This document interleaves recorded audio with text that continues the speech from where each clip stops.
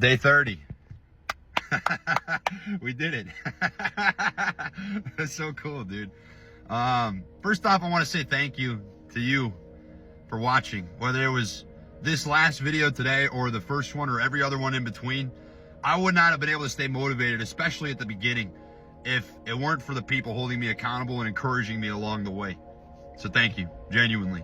I want to share my biggest takeaways from doing this challenge. Let me not waste any time. Number one is that your brain turns back on. My brain turned back on. When I first took away all my distractions, which my biggest ones for me were porn, scrolling, and anime, I had to face a bunch of emotions that I chose to ignore for a long time. And unresolved trauma never goes away. Unresolved pain will always resurface until you eventually face it. That's what I've come to realize. And it's been uncomfortable. There's been fun moments too, you know, but it's not going to be easy. And that's something that, you know, for your distractions, if it's something you're thinking about doing, you have to accept. Number two, I wasn't perfect with all my time. Truthfully, there were times where I just laid in bed and I looked up at the ceiling and I contemplated, or I stared at my TikTok analytics too long. I read some comments, but I was, you know, completely honorable to no porn, no scrolling, no anime. And the absence of something doesn't automatically create a new habit, you know? And I think the next part now is creating new habits for myself moving forward that are going to better utilize my time.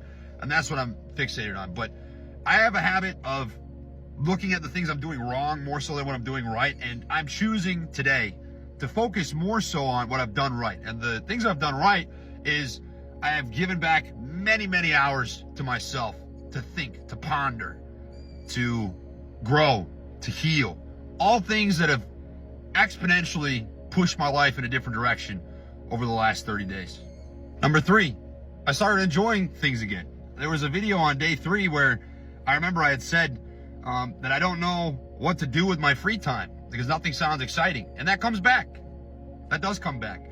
But it only came back for me when there were days and days on end of not distracting myself and my brain seeked dopamine elsewhere. See, if you train your brain to seek dopamine in specific places and it knows it can receive it in those places, it's not going to look elsewhere. It's just not, you know? And I enjoy playing guitar again. I enjoy reading the Bible. I enjoy journaling. I enjoy talking with my buddies at 6:30 in the morning over coffee, you know? That stuff comes back, but you have to create a bit of silence so that you can listen to your brain and see where else it could find that happiness, you know? Number 4, and I didn't expect this, this wasn't the goal, I found God.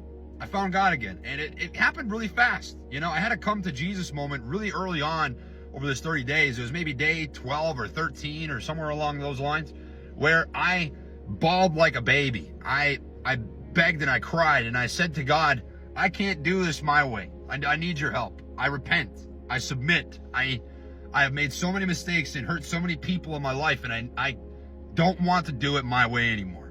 And growing a relationship with God over the last couple of weeks has been exponential for figuring out where I'm going to go next in life. So whether you are a Christian now and you want to grow a deeper relationship, or you're an atheist or an agnostic, I challenge you to think about it. Don't focus so much on the religion piece. That's where I was going wrong, is I focused too much on the church.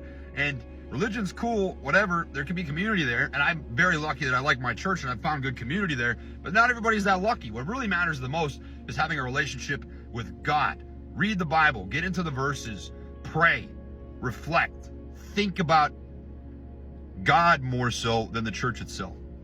And I'd say my biggest takeaway from all this is to be intentional. On the first day of this challenge, and I alluded to it yesterday, I said that I just acted on a thought. I thought to myself, I'm not happy with the way my life is right now, and I want to do something about it to make it different. And I did.